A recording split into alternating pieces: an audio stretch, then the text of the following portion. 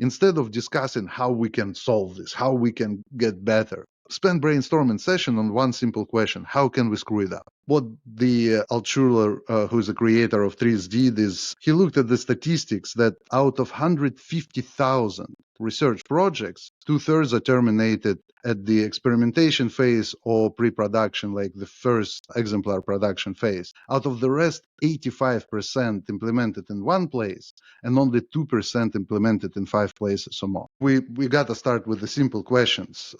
Question: are inventions for everyone?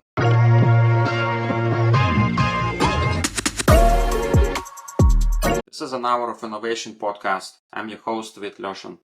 Ivan Gekht joins me today to talk about TRIZ. TRIZ is a system of solving problems and fostering innovation. Welcome, Ivan. Thank you for joining me today. Thank you for having me over. Yeah, absolutely. So before we jump into the topic, can you please tell us a little bit about your background and the work that you're doing? Yeah, sure. So I'm the CEO and one of the owners at Gehtsoft. Gehtsoft is a custom software innovative company. We solve complex problems for our customers. My personal background is in aerospace engineering. I'm a rocket scientist by education, and that's actually how I learned about the existence of TRIZ initially. Okay, awesome. All right. Well, let's jump into it and talk about what the system is, what TRIZ is. Absolutely. So with TRIZ, I think we got to start with the simple questions. Question: are inventions for everyone? So TRIZ was developed as a science discipline that is based on the idea that there are some universal principles of creativity that lies at the basis of the innovation. So it's a formulated systematic approach to solve problem and to foster the innovation. So as an answer to the question, are inventions for everyone? They could be. Right, so TRIZ was created as a result of the innovation analysis back in the USSR. What the Altshuler, who's the creator of TRIZ, did is he looked at the statistics that out of 150,000 research projects, 2/3 are terminated at the experimentation phase or pre-production, like the first exemplar production phase. Out of the rest, 85% implemented in one place and only 2% implemented in 5 places or more.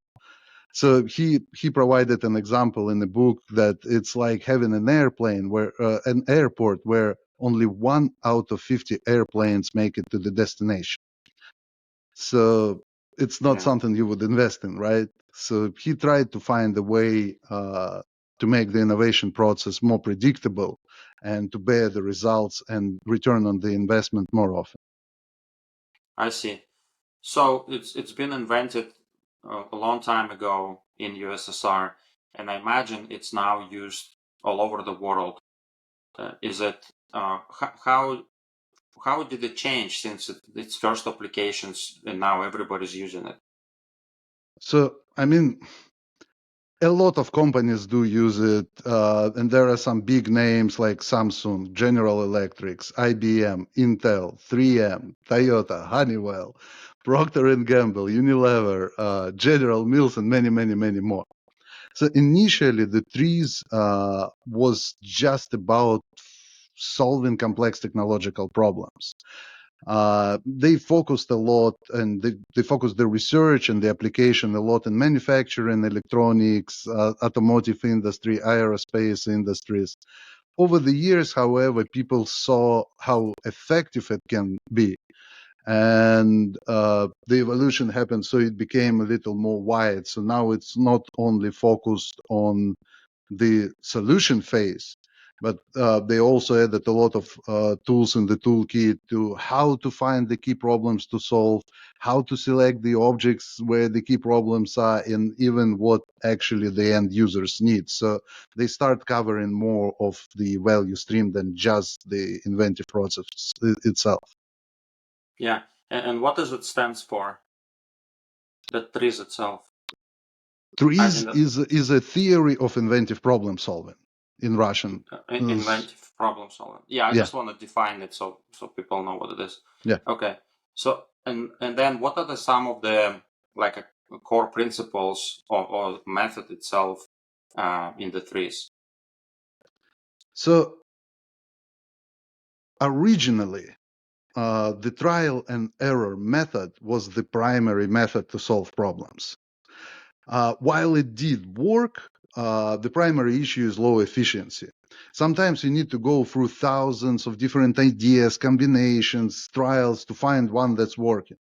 Now imagine trying doing all of that and find an efficient one, not just the working one. So the two main postulates that TRIZ came up with is that systems are evolving according to the laws of nature, and you need to learn these laws to be able to solve the problem. And second one was that evolution happens through resolving and overcoming contradictions. So what is a contradiction, right? That's one of the core concept of TRIZ. Contradiction is when one part of the system becomes better by making another part of the system worse. So let's say you have a team and the team is working on a project, right? So you have one part of the system, people. In order to speed up the delivery, you can add more people, right? But by adding more people actually increases your costs. And costs are another big part of the project because we need to control the budget, right? So you need to add more people without adding more costs. And that's kind of the contradiction, right? That you need to resolve.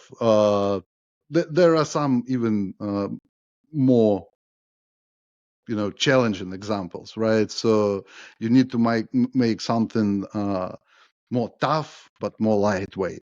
It's in production. We saw that millions of times, right? That's where the new materials gets introduced, et cetera, et cetera. So the whole basis of TRIZ is how do we resolve these contradictions to make the system better. So basically it's finding the right balance between introducing something new and not affecting the other part, or slightly affecting it, or both of them get positive. Yeah. So ideally, you can. So there is another core concept that's called an ideal system. So what is an ideal system?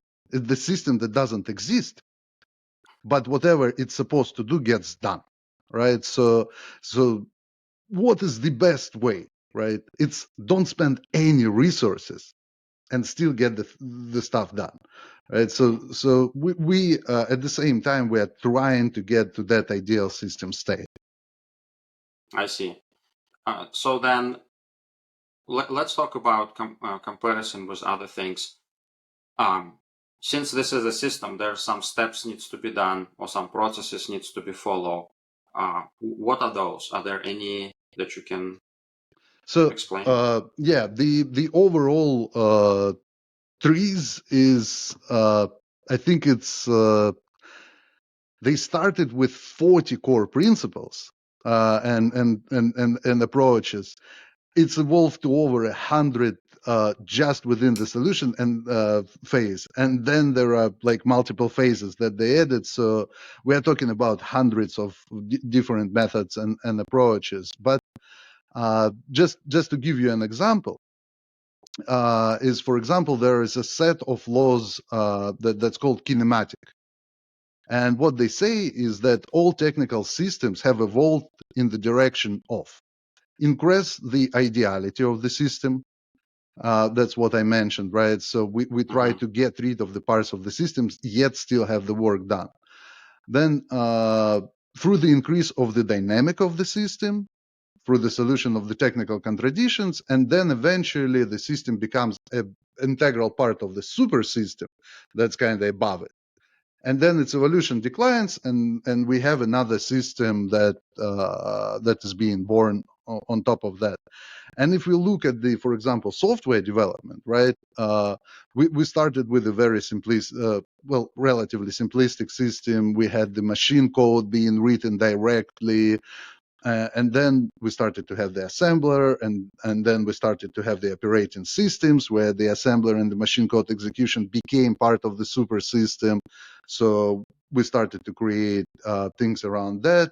And then these things became a part of the super system, and then the new things appeared. So even, for example, software, it's actually evolves the same way as if we take as an example from another industry, an airplane, right? So we started with an airplane where the wheels were fixed, right? Mm-hmm. But in order to improve the aerodynamic, we increased the dynamic of the system, so the number of connection and moving parts.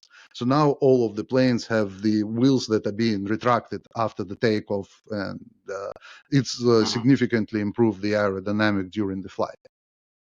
Yeah, so the system needs to be first created and then Yeah. used for a while, and then new opportunities will be found on how to improve the system without really affecting negatively the other parts. Yeah, Um, and we can actually, to a point, predict how the systems will evolve and determine at least the general area where we need to start looking at. yeah.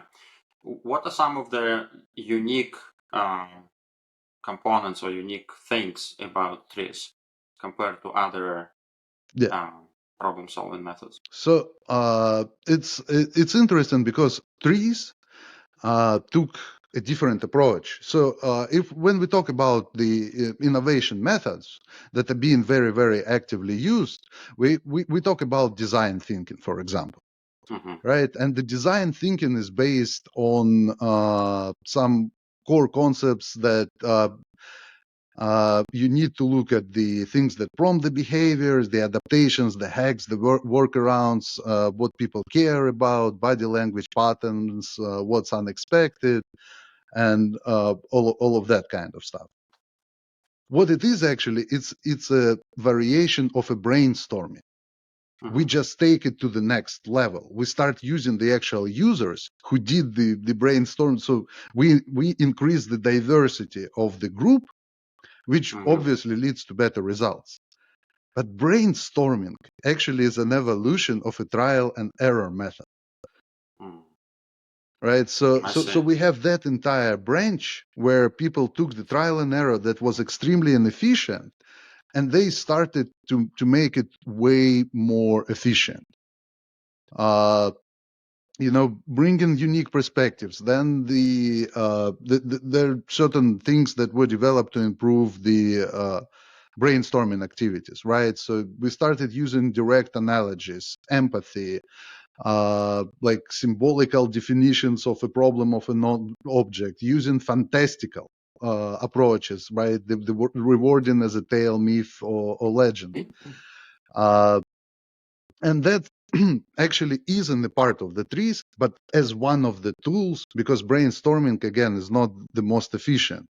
Mm-hmm. So TRIZ took the different approach. They took the scientific approach of looking around, right? So how do we apply knowledge and experience we got from other industries and base a framework out of that and Mm. build on top of that? So in a certain perspective, TRIZ actually includes the concepts of critical thinking, design thinking, systems thinking, right?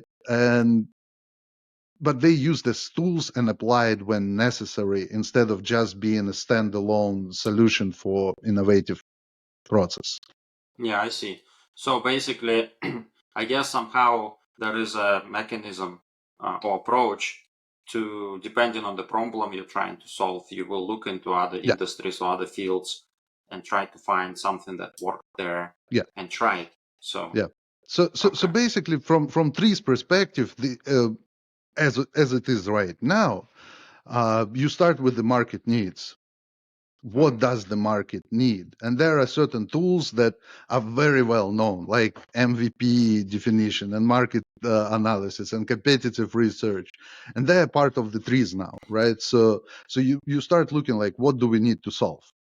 Next, you need to start defining what the problem are you trying to solve, right? So what exactly, and the better the definition of the problem, the better obviously the solution approach would be, right? So you define the object where you look for.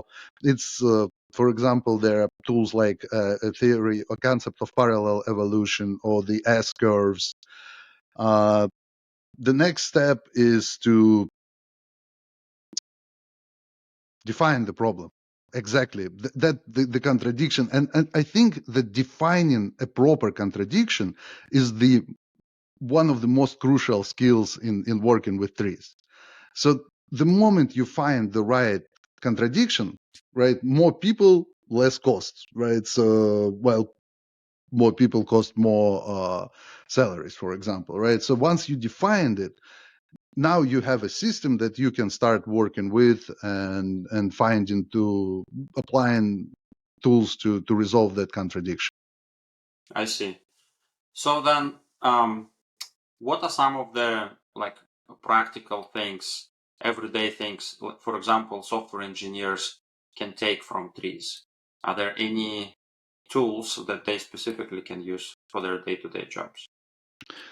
You know, we definitely can start using some of the elements of trees on any project, right? So there is, for example, a concept that instead of fighting the evil, either use it for your benefit or get rid of it, right? So and I can give an example. For we were doing a project that where we needed a very fast access to data uh,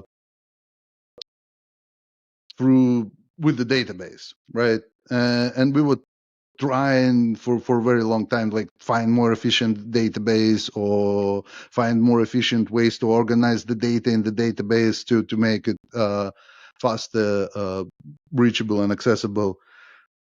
And the best solution was we got rid of the database. We just removed it at all from the conversation, and we actually developed a file storage that had a much higher time to read, a better search, and significantly less costs. So this is just one of the concepts that you can take, right? So obviously all the brainstorming part of the activities, like empathy maps in agile, for example, right, is one great example. You can take them.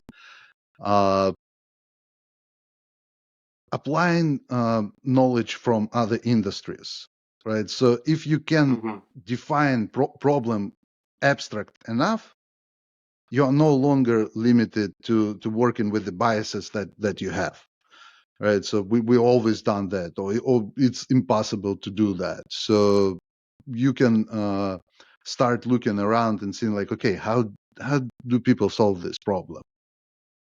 So it's also, when you given this example, I'm thinking you already have certain constraints in your mind when you starting digging into the problem. So it seems like you somehow have to detach yourself and look, like in product management world, they say you have to look at the outcome or the actual benefit or value to the user, right? Who you building the product for or giving the solution to. So if you just simply focus on that instead of, oh, should we use database or file system? Should we use, I don't know, airplane or boat? That way you basically, you have unlimited options to solve the problem. Yeah, absolutely. One of the greatest examples is actually Fleming, the guy who invented penicillin, right? By his own words, he said that this invention could have happened decades before him. There were scientists who saw what he saw.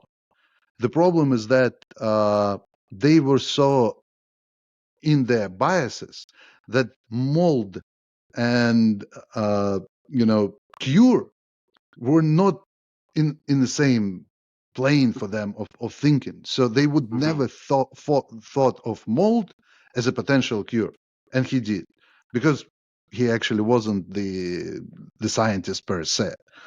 Yeah. Yeah, that's interesting. I talked recently to somebody, and he used to run AT&T innovation programs for a long time, and he actually said that many people stick to their assumptions that something is not possible, something cannot work, and they just completely ignore that experiment and not even try it. But if you like get rid of those assumptions, close eyes on them, and try, you will be surprised with what may happen. So that's interesting how it happens here too. Absolutely, confirmation bias is an awful thing. Confirmation bias is that we tend to seek and interpret the information that confirms our existing beliefs and ignore the information that contradicts them. Yeah, So if you are aware of your own bias, you can work with the information way more efficiently than if you don't. yeah. Do you have some examples of how TRIZ is used outside of tech world? Like tech, I mean like software. Yeah, absolutely. It appeared from manufacturing, and it's been used there way more than in software. But you know, it's interesting that in every single area of our lives, one way or another, inventions happen. We continuously see, we get in the new phones every few years, right? So we have much better TVs now than we had in my childhood, right? So Yeah. we have LED lamps way more available right now. So all of this actually happened because somebody approached resolving the contradiction without and was successful at that. Mm-hmm. So anywhere where you need the invention, you have an opportunity. So think of startups. The Mm-hmm. majority of the startups who are successful come on the market by resolving a contradiction that exists on the market right now. So, for example, right, there is a contradiction of, hey, I want to be able to book a flight fast, and yet I want it cheap. So fast and cheap usually don't go together, and then Expedia comes along that takes hundreds of companies and put them together, and suddenly you can do it fast and cheap. Mm-hmm. So what's out there on the market for your startup where your competitors are doing X, and that's brought some negatives Y, right? So take that X, take that Y, resolve that contradiction, and you have a business opportunity. Yeah, that's a good idea for people to start looking into where opportunities are. What I find, people usually, when they have an idea, if it's something that they personally struggle with, right? Like, oh, I hate this thing, it bothers me, so let me try to somehow solve it. Or maybe they wish something existed. But the problem is, I think many times, is they don't test this idea. They think it's like it's good enough, and let me just start build something. They spend all this time they doing this, and then it doesn't work out. So maybe it's not solved very much, or maybe it's just one version of it, right? So I guess you have to like do more tests or more experiments, I guess, or follow certain system So to be more so successful. if you look at it from TRIZ perspective, any idea to become a viable thing, it needs to pass basically main tests, right? And number one question is, does the market need it? Mm, Is there interest for that particular solution on the market? Number two, is it technically viable? At this state, can the technology or whatever you are using actually implement that idea? And if not, again, it might be an opportunity. but it might not be. And a lot of people miss the first one, right? Does the market need it? Because when we look at the innovation is great, but sometimes it happens way before the whole society is capable of adopting it. So and that impact actually is it can be devastating, right? So you can have a technology that is great, and then 10 years later you can look and like, people are doing the same thing. Why my business 10 years ago failed? And the answer is, yeah, because the society wasn't ready for that particular innovation. But as time go and something else happens that gets the society ready for that innovation, then the innovation can happen as well. Yeah, that's true. It happened, I think, with cars. First cars were electric, and nobody cared, nobody used, nobody wanted. It was not viable at the time. We didn't have batteries, we didn't have like Yep. chargers and stuff. Yep. But 100 years or whatever, 150 years later, here we are going back. Yeah. Yeah, absolutely. And I Yeah. think I heard the stories. I'm not sure how much of them are true, but there were actual working prototypes and concepts of a nuclear powered cars. And again, we don't drive nuclear powered cars yet, but Yeah. I think once something happens, we might as well. Yeah, they're able to do those what they call mini nuclear plants. So they don't have to build huge ones, Yeah. but smaller ones. But anyways, so what are some of the challenges or limitations of TRIZ that you know of? Well, like any scientific approach, it's heavyweight, right? To a point. So we definitely need to look at the complexity of the problem to determine if the entire approach is necessary. And theory of inventive problem solving, TRIZ, right, or TIPS, they actually define 5 levels of different problems. And number one is a local problem, right? Local problem usually is something that can be solved by any professional in the industry fast. Then there are like simple technical contradictions, usually solvable by applying the similar solutions from related systems, right? So, for example, you have 2 conveyor belts, you did something on one, and then you're like, oh, yeah, I can use it here. Yeah. And actually, reusability as one of the tools is extremely popular, for example, in software development, right? Yeah. But then you have a more complex things like contradictions, where the solution lies at least within area of science. So chemical problem solved chemically. But then you get to like synthesis of a new technical system. That's where the things get really, really complicated.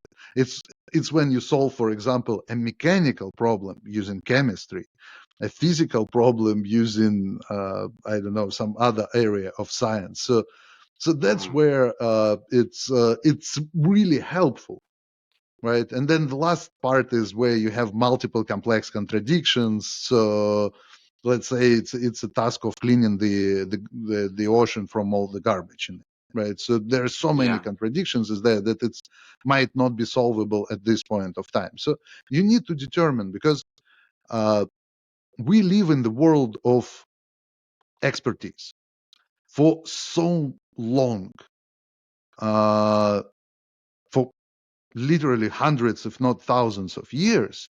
Expertise was a cornerstone of success and the corner. So you needed to become an expert to be at the top of the pile, right? So expertise is great when solving first, maybe second type of problems.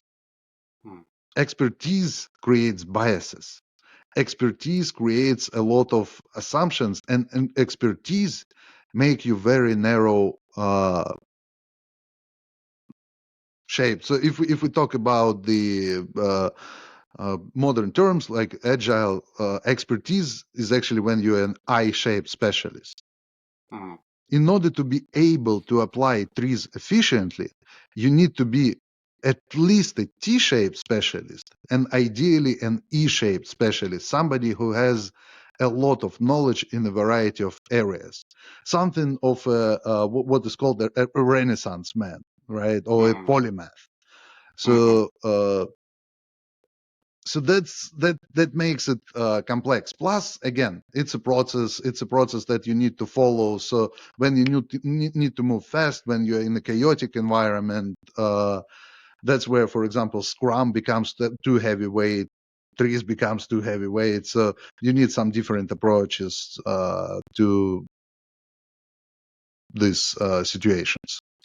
Yeah, I was thinking about how even not even scientific fields to be mixed in one person, if you will. You have to be expert in physics and mathematics and other places, chemistry, whatever. But also like liberal arts, maybe psychology, or maybe some other social sciences, right?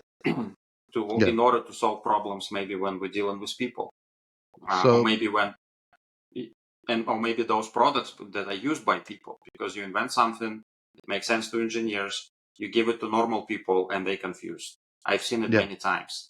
Yeah, So, absolutely. But again, with the proper level of abstraction of a problem, you can actually rely on experts in their particular fields while you are being an expert in innovation process. mhm, So and that's, for example, what we do a lot as a part of our development process is we are not always experts in their respective industries.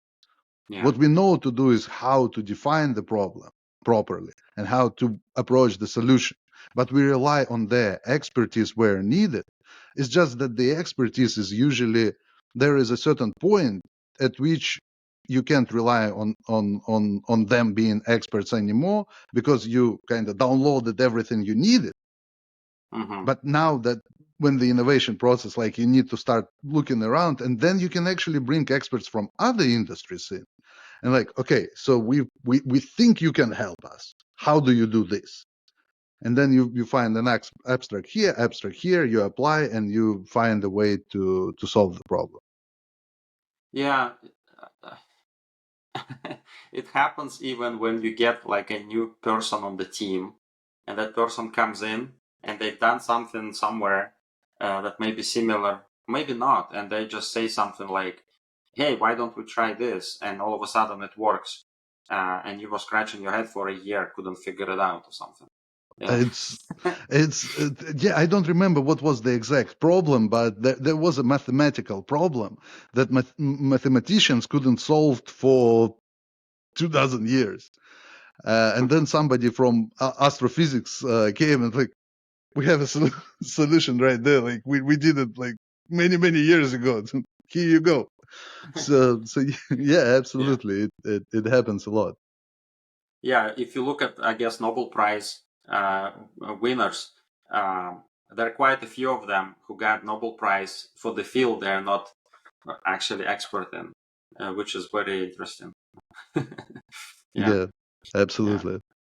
What do you think are the best um, industries or the best places for innovation and problem solving when we can apply these methods? Are there any, or it applies to basically anything? So it it applies basically to anything. The problem with trees is that the majority of the resources about it they were written very focused on manufacturing, on Mm, other industries where you need to have that particular knowledge, and they're not really abstract enough. mhm. They try to be, but it's not enough. So basically, in order to be able to apply trees to your particular industry, you kind of need to know trees already. Yeah. And you need to follow that kind of abstract concepts and being able to look how what happens in other industries is applied to yours. So it has a very high entrance fee, right? So you really need to understand and learn it to be able to apply it. But you can apply it in any industry, and actually, it is possible. It will require some work. It will require reading books. It will require questioning your own knowledge, and maybe Sure. digging a Yeah. little bit more. But once you do, the benefits can be great for sure. And you Yeah. can always start again with the simple concepts. Even there is a tool in the agile world, liberating structures. They call Mm-hmm. they have one of the facilitation practices called TRIZ. Mm. It's not necessarily the trees, but the practice is very, very simple. So when you brainstorming something, instead of discussing how we can solve this, how we can get better, uh, spend brainstorming session on one simple question: how can we screw it up? Mm-hmm. What can we do to screw it up? And once you have that list, spend the next session thinking about how we're going to avoid doing all of that. And it brings such a different perspective to the conversation that you can find amazing things there. So start with a simple practice, right? Stop following your biases and start looking at things from different perspectives. And again, super simple example that you can start with is a morphological approach that they have. So think of tree, just a simple tree, right? Mm-hmm. So you imagine something like with the bark, with the leaves, like whatever is in your mind, right? Right. So now add a couple of dimensions to it. Think about tree in the past and think about tree in the future. So now you have three different images. Now think about subsystem and a super system. So you have now a forest and you have now cells, leaves, all of that kind of stuff. So now when you need to solve something, don't just look at the tree, look at that matrix and think how can you use any one of these 9 states to solve your problem instead of thinking just about the tree. Mm-hmm. And there was an amazing example in one of the books about trees, how that can be applied. So they were working with the company that was producing something from coconuts, and they had palm trees with coconuts on them, and you kind of need to get to the top. So Mm-hmm. how do you get to the top in the most efficient way? So they were thinking about building the ladders, carrying the ladders, like or building some rope systems. So they were developing a lot of things. Uh, but again, we're thinking about the ideal system. Ideal system is when you don't have anything. So they Mm-hmm. thought, okay, can we carve a ladder in the tree? They tried, and the tree died. Mm-hmm. So if you were using a general approach, like, okay, that's not a viable option. They used the matrix, right? They looked in the past. So what they start doing, and they actually didn't invent it. They actually saw some local people who were doing that for hundreds of years, how they do it. And what they Mm-hmm. were doing is they were carving out one notch every year or some period of time. So tree can survive making one notch. Mm. By the time the tree grows, they have a built-in ladder in the tree. So they I see. just use that notches that they got to go up there and then go down. So that's how you can apply, for example, this part. And you can create any dimensions that you want. It can easily get out of hand because you can create a 8-dimensional 20 by 20 matrix, and that's going to be a total mess. But yeah, simple things. Think like making an object larger, making an object smaller, right? So all of this can create a lot of different perspectives for you how to approach solving a simple problem Yeah. or even a Yeah. complex problem. So you mentioned a couple of times some books about it. Which book are you referring to? You know what? Or I was am a it? big proponent of start at the beginning. So there Okay. is so the creator of TRIZ is Heinrich Altschuler. and he wrote about 20 books on the topic. And I think one of the first one was and suddenly the inventor appeared. I think that was the name. So you can start with giving birth So, to an idea, yeah, something like that. So yeah, just start with his books, okay. and once you read them, you will get a much better grasp on what it is Mm-hmm. and how to apply it.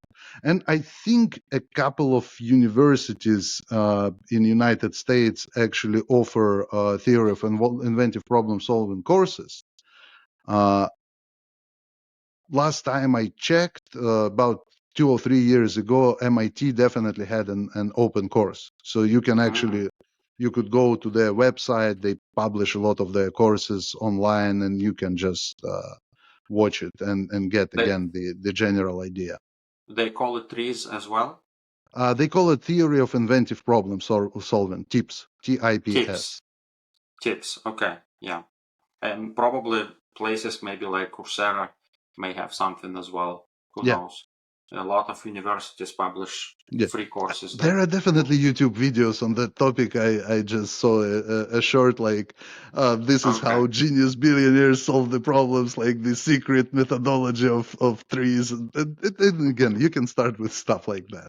Yeah, it's simple when you master this method, but you need to read a lot and study a lot and practice, practice, practice before you can become that one Yeah, billionaire. absolutely. By now, It's again, so many different yeah. tools and methods were developed, so many different laws were established.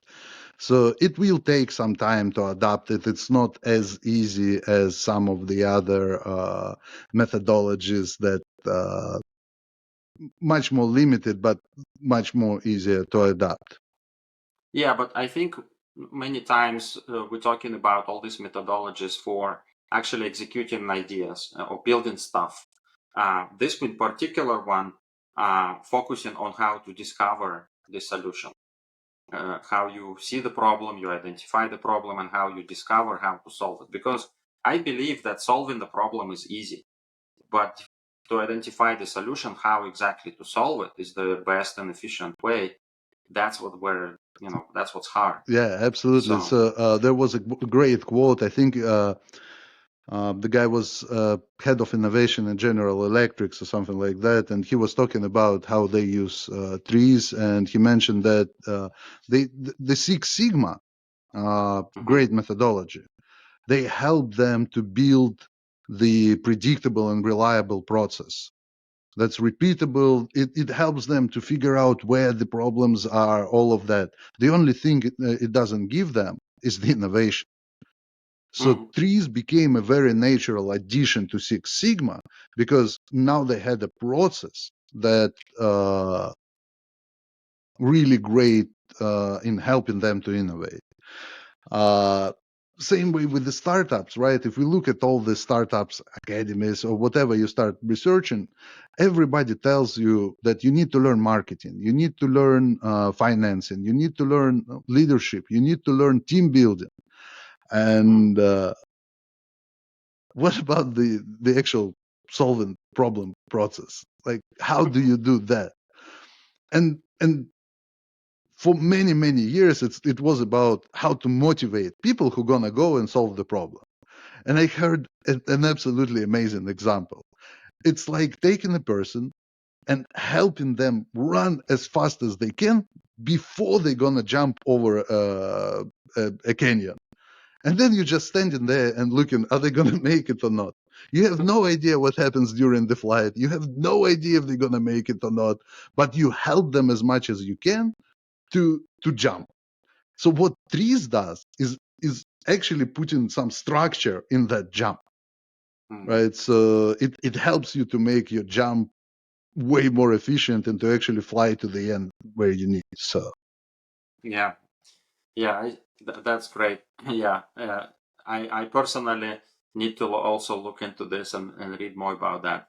I'm not focused so much on solving problems or finding solutions myself in my day job, but certainly that's something interesting to pass on to other people. Yeah.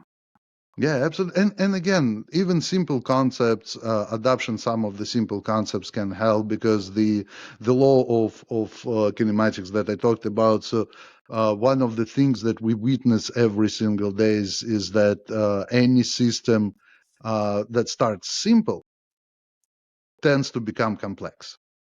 Mm-hmm. So when it becomes complex, right, it's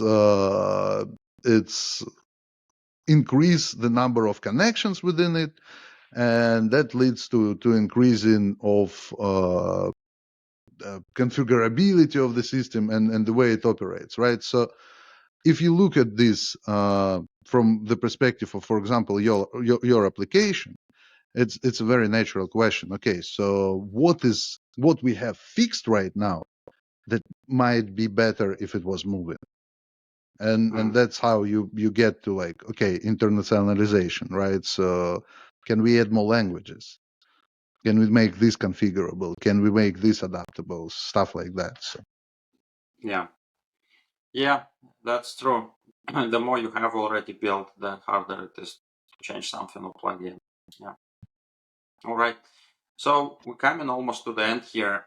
In the end, I just wanted to ask you if you have any advice for anybody who wants to learn more or use it, where to start, or anything we haven't talked about yet.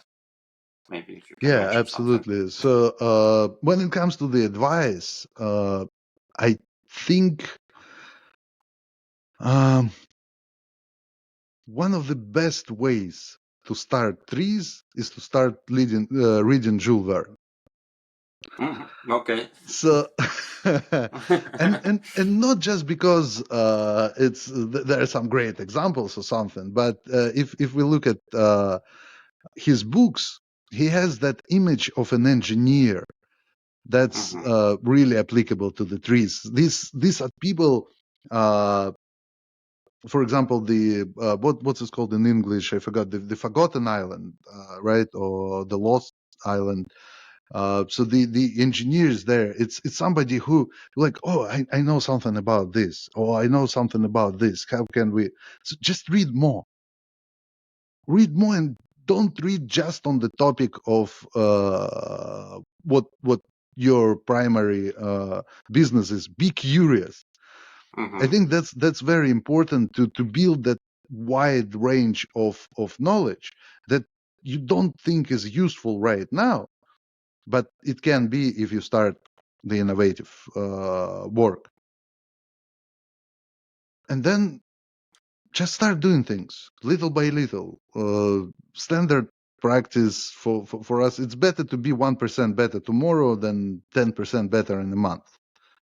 Just start applying it. Start applying small things, start using them, see how effective they are, get the taste for the small wins where, a year ago you would spend 2 months fighting with some problem, and now because you were able to do this and have this knowledge, now you can solve it much faster. And then really focus, whatever you're working on, focus on the idea of a problem that you're trying to solve, and what are the contradictions within that problem. So what are you trying to get, and what's are you trying to avoid? And once you have all of this, it becomes more clear how to approach any particular task. All right.